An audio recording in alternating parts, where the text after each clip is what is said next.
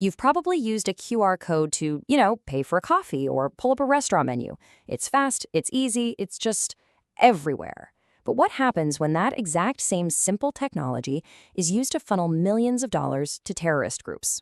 Okay, let's get into it. So, our story really kicks off on Telegram. There's this channel, Gaza Now, and it puts out a call for donations with a simple QR code. On the surface, it looks like any other fundraiser you might see online. But investigators say this was actually a direct pipeline for Hamas, and it raised a truly shocking amount of money. How much are we talking about? Well, through these QR codes, mostly from small individual donors, they allegedly pulled in $4.5 million. And this wasn't some huge single wire transfer. No, this was a flood of tiny donations. And there's actually a name for this method. It's called crypto crowdfunding. The idea is you use digital currencies to raise money from a massive global pool of people. I mean, think of it kind of like a worldwide GoFundMe, but for a much, much darker purpose. And as you can imagine, this creates a huge headache for authorities.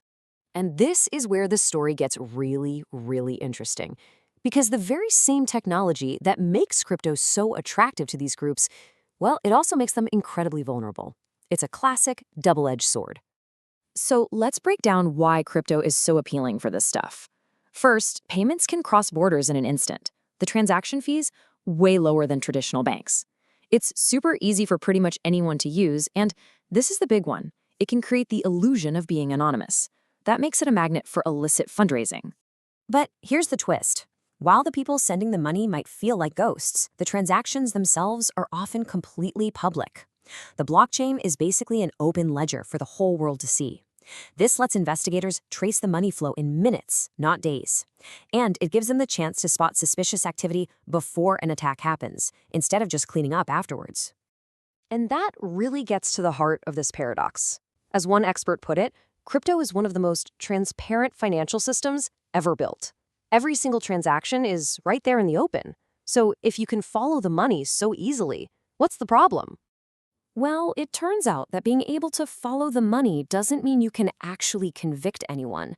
And that brings us to Germany, where a kind of legal blind spot has made it incredibly difficult for prosecutors to win terrorism financing cases, even when the money trail is crystal clear.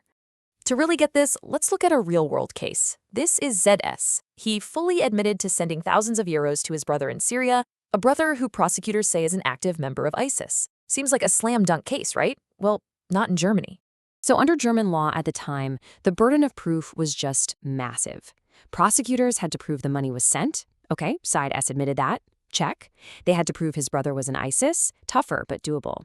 But then came this final, almost impossible step.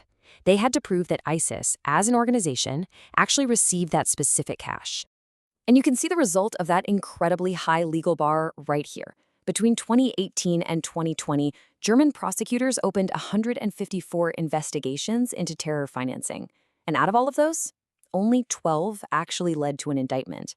That giant gap tells you everything you need to know about how hard these cases were to prosecute. So what do you do? How you fix a system where, as one expert said, the financiers are very safe?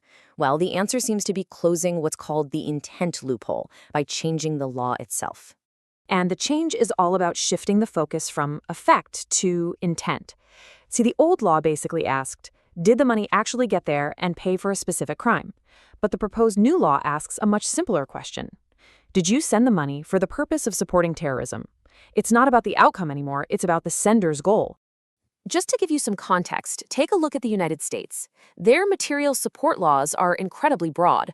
Pretty much any contribution to a designated terrorist group is a crime, period. Now, Germany's proposed law isn't quite that strict, but it moves way closer to punishing the act of supporting terror, not just the provable result. But, of course, even as the laws start to adapt, the technology just keeps evolving at a wild pace. This isn't a one-and-done fight. It's a constant, endless arms race between the people funding terror and the people trying to stop them. And you can see how this cat-and-mouse game has played out over time. They started with traditional banks, so governments cracked down with heavy monitoring. So they shifted to systems like Hawala, which is this old trust-based network that's really hard to trace. Then came Bitcoin, which, as we've seen, is trackable. And now the frontier is privacy coins like Monero, which encrypt everything, making them almost impossible to follow. So where does all this leave us? Honestly, the reality is pretty sobering. As one expert puts it, law enforcement isn't just a little behind, they're playing catch up on about 2 decades of tech evolution. It's a classic case of slow-moving governments trying to keep up with criminals who adapt at the speed of the internet. Which brings us right back to where we started, that simple QR code that can unleash this incredibly complex global web of finance and terror. And it really leaves us with one critical question. In this high-stakes, endless race between technology and the law, who is actually winning?